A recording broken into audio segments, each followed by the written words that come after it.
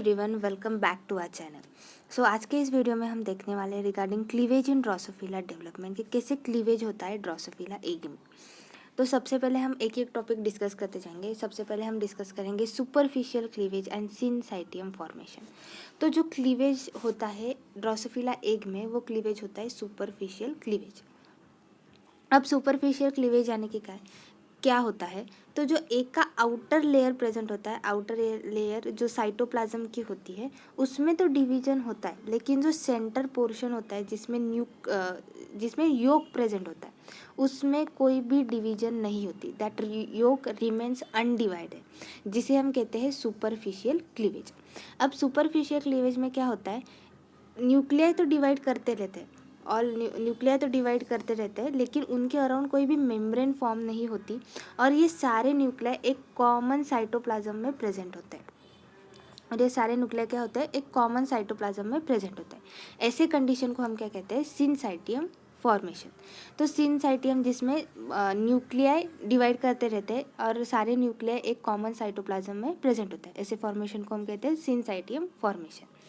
तो 8 nuclear divisions होते हैं, और 8 न्यूक्लियर डिवीजन्स होने के बाद 256 न्यूक्लियर फॉर्म होता है। 8 न्यूक्लियर डिवीजन्स होते हैं ड्रोसोफिला एग में, स्टार्टिंग के 8 न्यूक्लियर डिवीजन, और उन 8 न्यूक्लियर डिवीजन होने के बाद हमें मिलते हैं in total 256 nuclear.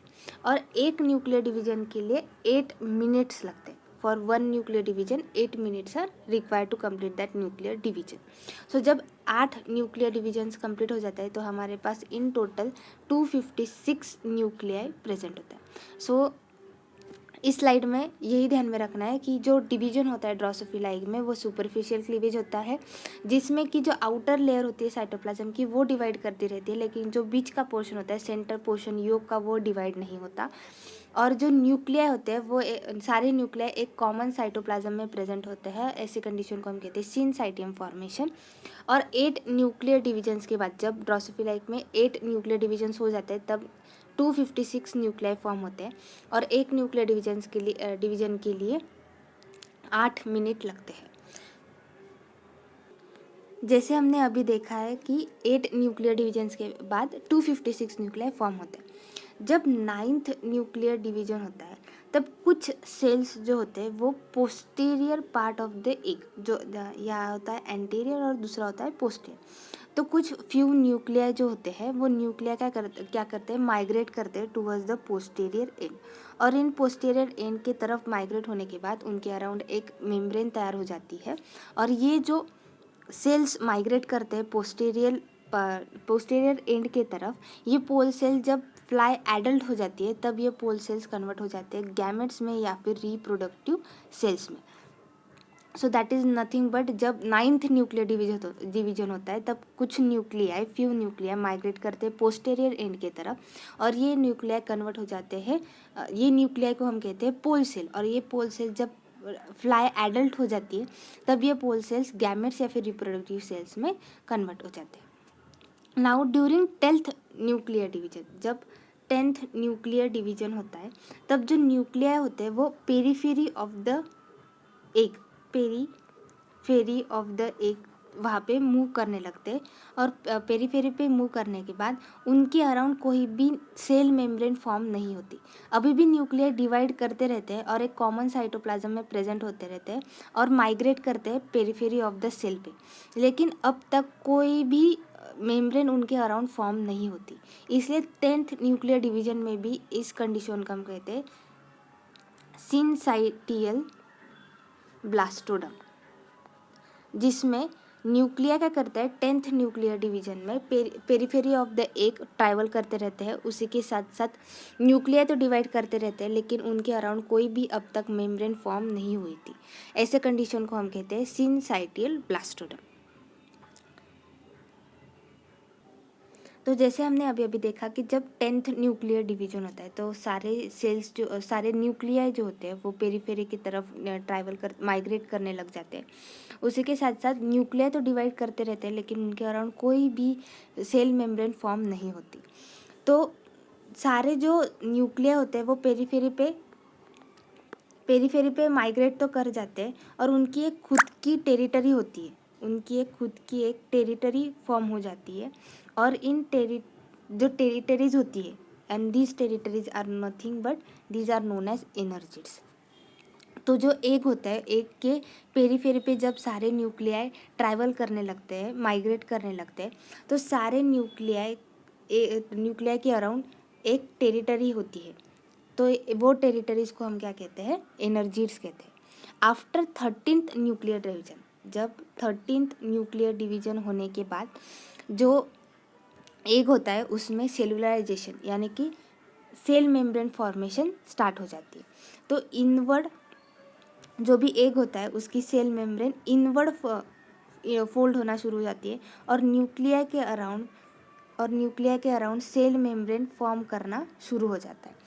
So this condition is nothing but cellularization, या फिर इसे हम कहते हैं सेलुलर ब्लास्टोडम से इसे हम कहते हैं, इस कंडीशन को हम कहते हैं सेलुलर ब्लास्टोडम। क्यों? क्योंकि सारे न्यूक्लिया के अराउंड एक सेल मेम्ब्रेन फॉर्म होना शुरू हो जाती है। तो ऐसे कर करके 6000 न्यूक्लिया जो पेरीफेरी पे प्रेजेंट होते हैं, और ये सारे 6000 nuclei are covering the yolk which is present in the centre. और ऐसे कंडीशन को हम क्या कहते हैं, सेलुलर ब्लास्टोडम, जिसमें सारे न्यूक्लिया के अराउंड अब क्या फॉर्म हो गया है, सेल मेम्ब्रेन फॉर्म हो चुकी है। इसे हम कहते हैं सेलुलराइजेशन, या फिर इस कंडीशन को हम कहते हैं सेलुलर ब्लास्टोडम। और एक बार एनर्जीज क्या होता है, सो जो भी न्यूक्लिया होते हैं जिनके अराउंड कोई भी सेल मेम्ब्रेन अब तक फॉर्म नहीं होती है, लेकिन उनकी एक टेरिटरी होती है, सारे न्यूक्लिया की क्या होती है, एक टेरिटरी होती है, और इन टेरिटरीज को हम क्या कहते हैं, एनर्जीड्स कहते हैं। अब मिड ब्लास्टोरा ट्रांजिशन में बहुत ज़्यादा चेंजेस होने लगते हैं, जैसे कि सेल साइकिल स्लो डाउन हो जाती है। फर्स्ट चेंजेस कौन सा होता है, सेल साइकिल स्लो डाउन हो जाती है। जैसे मैंने आपको जब स्टार्टिंग के 8 न्यूक्लियर डिविजन्स होते हैं उसके लिए 8 मिनट्स लगते थे, एक न्यूक्लियर डिवीजन कंप्लीट होने के लिए 8 मिनट्स लगते हैं। लेकिन मिड ब्लास्टोरा ट्रांजिशन में आफ्टर 13th न्यूक्लियर डिवीजन अब एक न्यूक्लियर डिवीजन को होने के लिए 25 मिनट्स लगते हैं। सो सेल साइकिल 13 न्यूक्लियर डिवीजन के बाद क्या होती है, सेल साइकिल स्लो डाउन होती है। जहाँ 8 मिनट लगते थे अब बस 25 मिनट लगते हैं एक न्यूक्लियर डिवीजन कंप्लीट होने के लिए। उसी के साथ साथ जो एम्ब्रियो होता है, एम्ब्रियो के जाइगोटिक ट्रांसक्रिप्शन अब एक्टिव हो जाता है, यानी कि जो एम्ब्रियो होते हैं, एम्ब्रियो के अब जो जीन्स होते हैं वो एक्टिव हो जाते हैं मिड ब्लास्टोरा ट्रांजिशन में। सिर्फ मदर के जो जैसे कि हमने देखा था फर्टिलाइजेशन में मदर के mRNA ट्रांसलेट होना शुरू कर देते हैं, लेकिन मिड ब्लास्टोरा ट्रांजिशन में अब एम्ब्रियो जो होता है, एम्ब्रियो के जीन्स अब एक्टिव होना शुरू हो जाते हैं, ट्रांसक्रिप्शन जाइगोटिक ट्रांसक्रिप्शन होना शुरू हो जाता है मिड ब्लास्टोरा ट्रांजिशन में। सो ये दो बातें ध्यान में रखना कि सेल साइकिल स्लो डाउन होती है, उसी के साथ साथ जाइगोटिक ट्रांसक्रिप्शन शुरू हो जाता है मिड ब्लास्टोरा ट्रांजिशन में। जैसे कि हमने फर्टिलाइजेशन में देखा था कि जो मदर के mRNAs होते हैं वो mRNA ट्रांसलेशन होना शुरू हो जाते हैं, लेकिन मिड ब्लास्टोरा ट्रांजिशन में अब जाइगोटिक ट्रांसक्रिप्शन यानी कि जीन्स एक्टिवेट हो जाता है, जाइगोटिक ट्रांसक्रिप्शन होना शुरू हो जाता है मिड ब्लास्टोरा ट्रांजिशन में। और उसी के साथ साथ जो हमने अभी देखा था कि 13 न्यूक्लियर डिवीजन के बाद सेलुलाइजेशन शुरू हो जाता है, सेलुलर ब्लास्टोडम फॉर्म हो जाता है। तो मिड ब्लास्टोरा ट्रांजिशन में पूरा कंप्लीट हो जाता है, सारे न्यूक्लियाई के अराउंड एक सेल मेम्ब्रेन या फिर प्लाज्मा मेम्ब्रेन फॉर्म हो जाती है, जिसे हम कहते हैं सेलुलर ब्लास्टोडम कंडीशन। सो सारे न्यूक्लियाई के अराउंड एक मेम्ब्रेन फॉर्म हो जाती है, और पूरी जो प्रोसेस होती है, पूरी जो कंडीशन होती है सेलुलर ब्लास्टोडम, वो फॉर्म हो जाता है मिड ब्लास्टोरा ट्रांजिशन में। तो अभी हमने जैसे देखा था कि पहले मैटरनल mRNA सारा कंट्रोल लेते थे, लेकिन जब मैटरनल टू जाइगोटिक ट्रांजिशन होता है तो पहले कैसे मैटरनल mRNA सारा कंट्रोल लेता था, मैटरनल mRNA के अंडर सारा कंट्रोल था, लेकिन जब मैटरनल टू जाइगोटिक ट्रांजिशन होता है अब जाइगोटिक mRNA सारा कंट्रोल रहता है। सो सारा कंट्रोल अब किसके अंडर होगा, अब जाइगोटिक mRNA के अंडर होगा।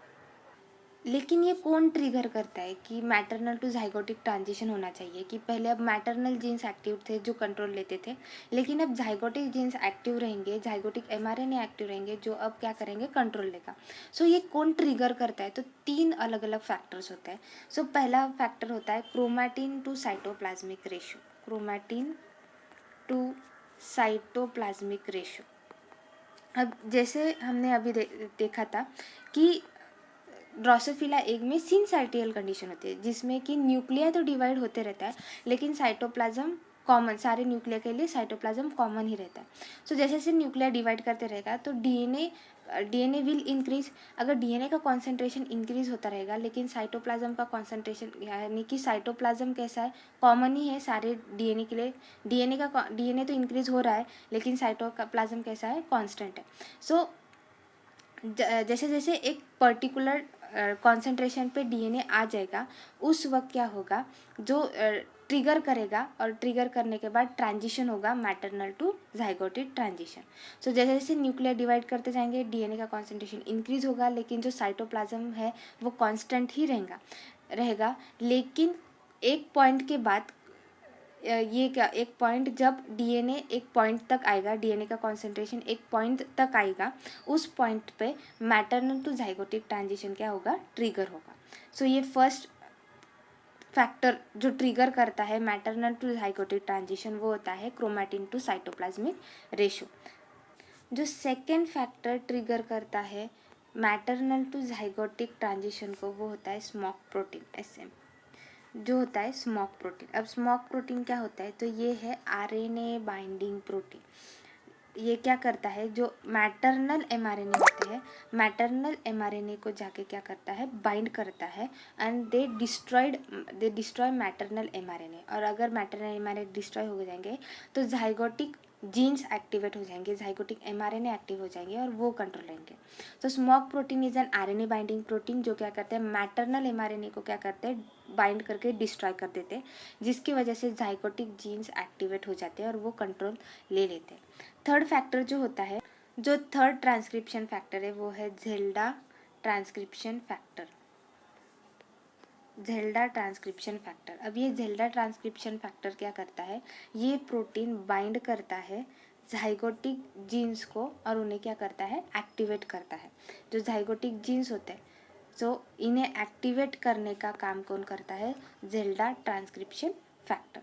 सो ये 3 मेजर की फैक्टर्स होते हैं जो ट्रिगर करते हैं maternal to zygotic transition. First हमने देखा कि क्रोमैटिन टू साइटोप्लाज्मिक रेशियो, बाद में हमने सेकेंड देखा स्मॉक प्रोटीन जो कि आरएनए बाइंडिंग प्रोटीन है, जो क्या करता है, मैटरनल एमआरएनए को बाइंड करके डिस्ट्रॉय कर देता है। Third is Zelda transcription factor जो क्या करता है, जाइगोटिक जीन्स को एक्टिवेट करता है। So this is nothing about cleavage in Drosophila. एक बार हम सब कुछ अच्छे से रिवाइज कर लेते हैं। सो क्लीवेज इन ड्रोसोफिला, तो कैसा क्लीवेज होता है ड्रोसोफिला में, तो सुपरफिशियल क्लीवेज होता है जिसमें आउटर लेयर तो डिवाइड करती रहती है लेकिन जो बीच का पोर्शन होता है, योक का पोर्शन, वो डिवाइड नहीं करता। इसकी वजह से ड्रोसोफिला एग में न्यूक्लियाई तो डिवाइड करते रहते हैं लेकिन इन न्यूक्लियर के अराउंड कोई भी मेम्ब्रेन फॉर्म नहीं होती और सारे न्यूक्लिया एक कॉमन साइटोप्लाज्म में प्रेजेंट होता है। ऐसे कंडीशन को हम कहते हैं सिनसाइटियम फॉर्मेशन या फिर सिनसाइटियम कंडीशन। और 8 न्यूक्लियर डिविजन्स होने के बाद 256 न्यूक्लियाई फॉर्म होते हैं और एक न्यूक्लियर डिवीजन होने के लिए 8 मिनट्स लगते हैं। जब ये न्यूक्लियाई फॉर्म होता है तब कुछ न्यूक्लियाई 9th न्यूक्लियर डिवीजन में कुछ न्यूक्लियाई पोल सेल पे माइग्रेट करने कुछ न्यूक्लियाई पोस्टीरियर एंड्स की तरफ माइग्रेट करने लगते हैं और इन सेल्स को हम कहते हैं पोल सेल, जो आने वाले जब फ्लाई एडल्ट हो जाएगी तब ये फॉर्म करते हैं या फिर गैमेट्स या फिर जिसे हम कहते हैं रिप्रोडक्टिव सेल्स को।